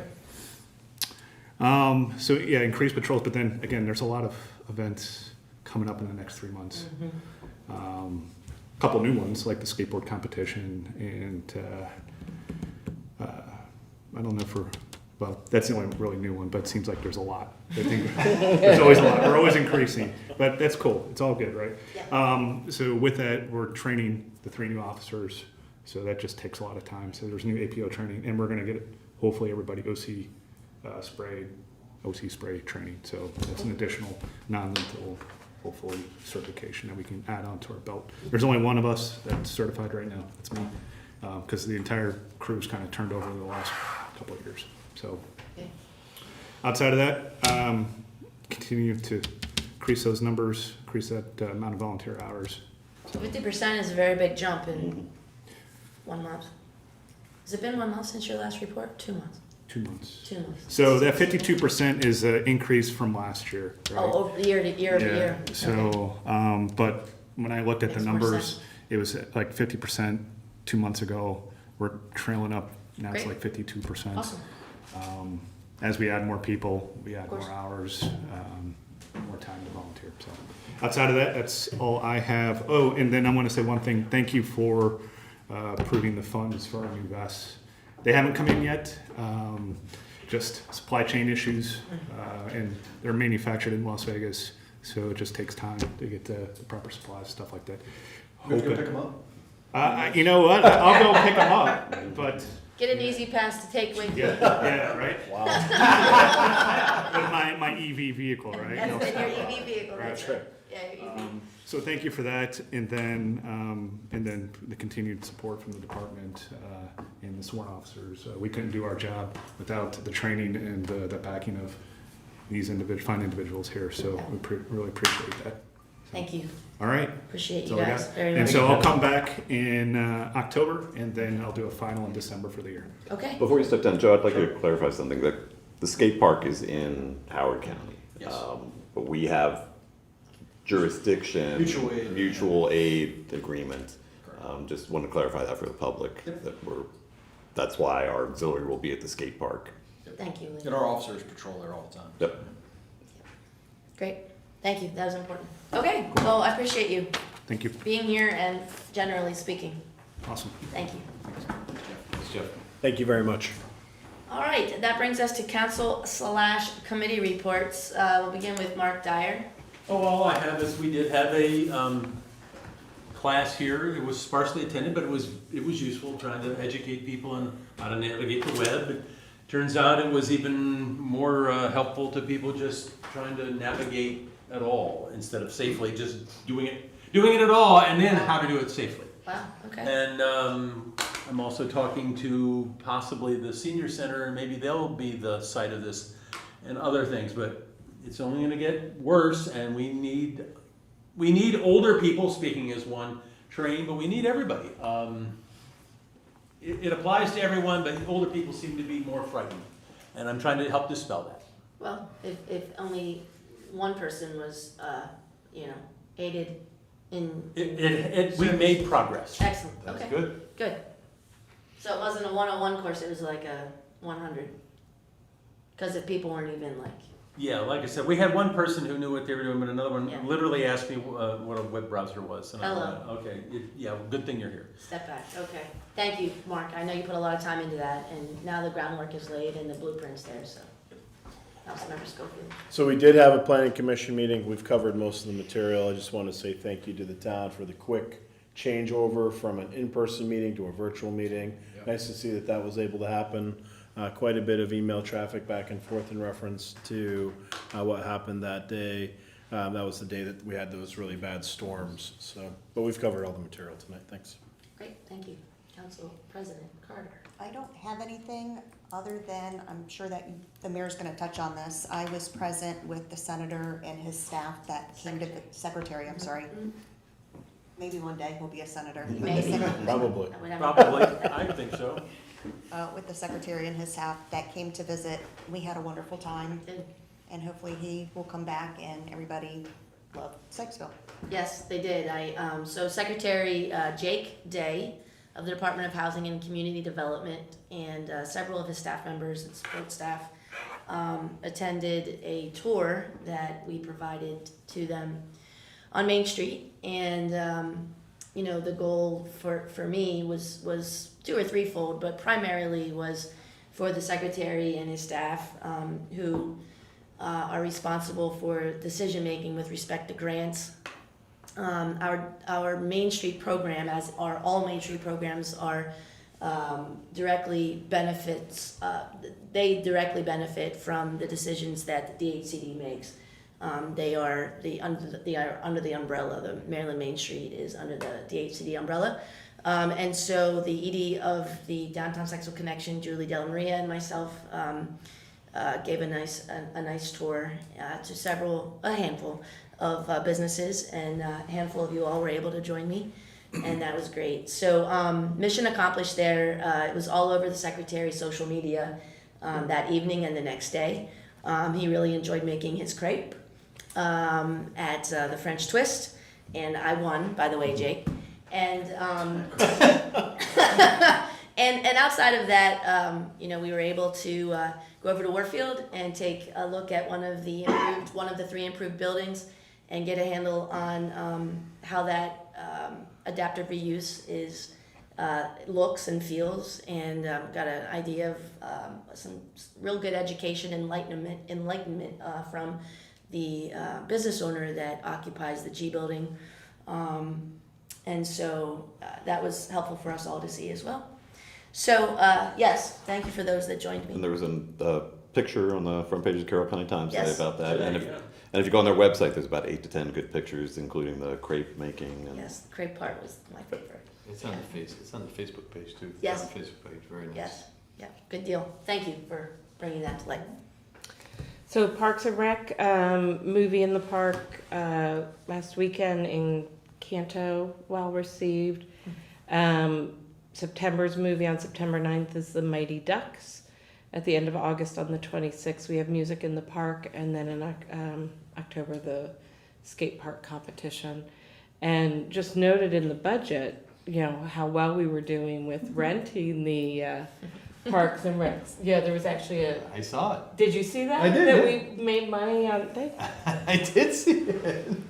$392. I saw that. Oh, more than that. No, we were over 1,000 on the budget for the rental facilities. Thank you for pointing that out. Yeah, in Parks and Rec. It's a Parks- small group, but they're knocking it out of the park. Yeah. And, $1,000 on, almost $1,000 on concessions, so, Very good. yeah, Very good. mm-hmm. More than cover, the needs for other areas. agreed. It's awesome. Do you have anything for us? I know that you attended the Yeah, symposium. well, I was my first meeting as the historic district commission. I was unable to attend because I was on vacation, but they did have one application that was approved on contingent verification of material. I did watch the meeting. Thank goodness it was on Facebook. It was an hour and 45 minutes, and those guys are really going through the draft guidelines. It was actually very good. A couple of people have gone through the process of getting a historic district approval, so they're very focused on trying to make everything readily available and easy to understand for homeowners, so that they don't have to come to the historic district to get an application and get approval. So it was a very good meeting. Even though I wasn't there and I haven't met anybody, please tell them that I enjoyed it. So we do not have any applications, so there will be no August meeting. Okay. Thank you. And when the Secretary of Housing was here and you guys were having a good time, I was down in Annapolis Learning about. the cannabis. The MML put on a summer symposium on cannabis. It was packed. It was an excellent event. I wish somebody else would have came, just so they could, you get two people listening to the same thing. Everybody hears a little something different. So I think I did the best I possibly could with the notes, and I distributed it to everybody. The two best sessions, I think, was the first one, which was Chairman Delegate C.T. Wilson. He was the guy basically behind the cannabis legislation, and he was against it. But it was voted for, and he knew that bill up and down. It was a Q&A session. He gave like a 15-minute presentation on what he wanted the legislation to do, and he explained how it was going to do it. I think there's going to be 151 licenses issued next year, some in January, some in May. To give you a comparison, there is approximately 9,000 places in Maryland that sell alcohol compared to 151 of cannabis. So it is and cannabis has fallen into the sin, alcohol, tobacco, cannabis now is part of the state. I don't want you state substance, I guess is what you would call it. So he was very interesting, and then our town attorney was there, Alyssa, about best practices on local land use. Unfortunately, when you get some attorneys up there, people start asking questions that are so specific to their current situation that it kind of loses value for everybody else. But she did put out her thoughts on zoning and what a municipality could do within the guidelines of zoning. The next best speakers were insights from the industry. Was two people who are actually running cannabis. One was running a cannabis distribution center. Another one was growing. Just the challenges they have getting the business going, and just the challenges. It was very good Q&A session. Again, it was just very informative. I really. If you guys have any questions, let me know. I tried to do my best on the notes. It was good. I'm assuming they're going to have this again. Chairman Delegate C.T. Wilson is expecting the legislation to change after a year. He continually said at the cannabis symposium that there will only be one bill dealing with cannabis the next session. And to give you an example, I think the last session there was 200 bills dealing with alcohol. Wow. So he's trying to put everybody in one room and come up with one bill to move it forward. So I think he's kind of in a wait and see situation. There's a lot of unknowns currently. All the medical cannabis licenses have switched over to recreational licenses. Oh, wow. So there's not separate? So I think they're selling both. Yeah. But they've all switched over to the recreational license so that they could sell both. Just transparency, I wanted to go get CBN, which is non-THC, and I go to a cannabis facility. It's super regulated. You have to show an ID before you even enter, and you have to put in all this information. I'm like, I don't want THC, I just want this. And it's strictly regulated versus I was up in Maine where they have it separate, where medical cannabis is not as regulated, but you have to have a license versus recreational cannabis, which is highly regulated. Interesting. So, yeah, so that was one of the things that the chairman said is this is the most regulated, cannabis will be the most regulated state. Maryland will be the most regulated state. So how that's going to play out, I don't know. So. How is it affecting our police force now? How does that work right now? Well, with the legalization, so in Maryland, it's not legal, it's non-criminal, because the FBI still considers it a Schedule II drug. Schedule II? Schedule I. Having said that, though, Maryland has taken a hands-off approach as far as charging. It was a civil citation, but then they snuck that hemp bill in, and that hemp bill allows people to possess or transport hemp. And the only way that you can determine the difference between hemp and marijuana THC is to spend about $10,000 to get it tested. Oh, wow. And Maryland doesn't have the laboratory to do it, so you'd have to ship it to New Jersey. The state's attorney's office simply doesn't want to pay money for the testing, obviously. We haven't done anything with marijuana. When it was medical marijuana, if they didn't have a license, we would seize it and then destroy it. And now we're not allowed to do anything because of the new regulations on prohibiting us from searching car based on the odor of marijuana. We're not allowed to stop somebody based on the odor of marijuana. If we suspect they're driving under the influence of marijuana, we can't use that smell as prima facie evidence. So we don't do anything with it. Have you seen an uptick in impaired drivers, or is it stayed where it always was? This is not a monster. I don't do anything anymore, obviously, because I'm still in the You're office. benefit We've now. made Yeah, I that- know. The podium goes made in. that clear in time past. Part of the bullet that's pointy goes in, just to give you a clue. Thank you. I can't say that in reviewing reports that we're having an uptick of people driving under the influence of marijuana. Not to say that it hasn't shown its face, but generally, the drugs that we see are generally opiates or prescription pills.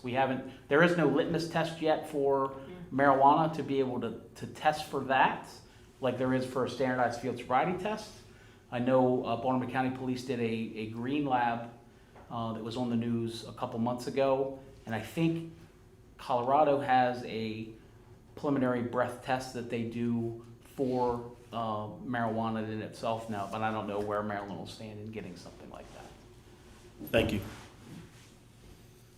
Good questions. Okay. Thank you again, Councilmember Grassley. It was very informative. I was kind of surprised. All right, Councilman Keenan and the DSC liaison, let's. Just briefly, the DSC golf tournament is this Thursday, August 17th at Waverly Woods, and thanks to the hard work of volunteers, it is sold out of registrations. Yesterday, as you all know, we had the DSC in town hosted the second joint annual volunteer appreciation party. We were thankful for everybody who joined and for all the volunteer commitment we have throughout the different areas in the town that are helping serve the community. And finally, the next event on Main Street is the Main Street Fall Fun Festival, October 21st from noon to 4. That'll be here before we know it. Thank you, Councilman Keenan. I thought they did a great job with the event yesterday. I hadn't been down to that property before, and it is absolutely gorgeous down there. It really is. And I enjoyed it despite the heat, but yeah. I'm sorry I missed the nature trail. You missed the ice cream sandwiches. That's what you should really be They were incredible. upset about. Yeah, they are. And by the way, they're every one of those flavors are available at the locomotive right now. Okay. Yeah. Okay. Can we Yeah.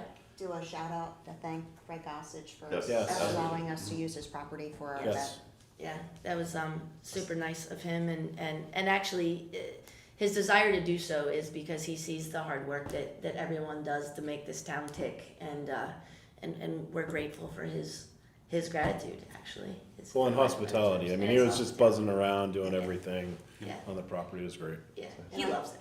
I have to say, Fred Ed only gossip, I'm sorry. course. I forgot to. It was a psych out too, wasn't it? Not a shout out, a psych out. I believe it's called a psych out. It was Psych Out. Wow, great. you are on That's right. fire tonight. was. I'm You just are on telling you. fire. Thank you for that. If you only would have voted yes for that one. Live in infamy. So that brings us to our final. Was there anything else from staff? No. Okay. Yeah, it's getting late. So we are at our closed session item on the agenda. And so before doing that, I need to read this statement. The meeting, the closed session portion of our meeting is proposed to be closed pursuant to the general provisions article of the annotated Code of Maryland, section 3-305B. Number 4, to consider a preliminary matter that concerns the proposal for a business or industrial organization to locate, expand, or remain in the state. And this evening, that is specifically regarding businesses on town-owned property. So I'm going to call for a 5-minute recess, and after which the council will reconvene to go into executive session. Upon completion of our closed session discussion, we will move to vote and return to open session.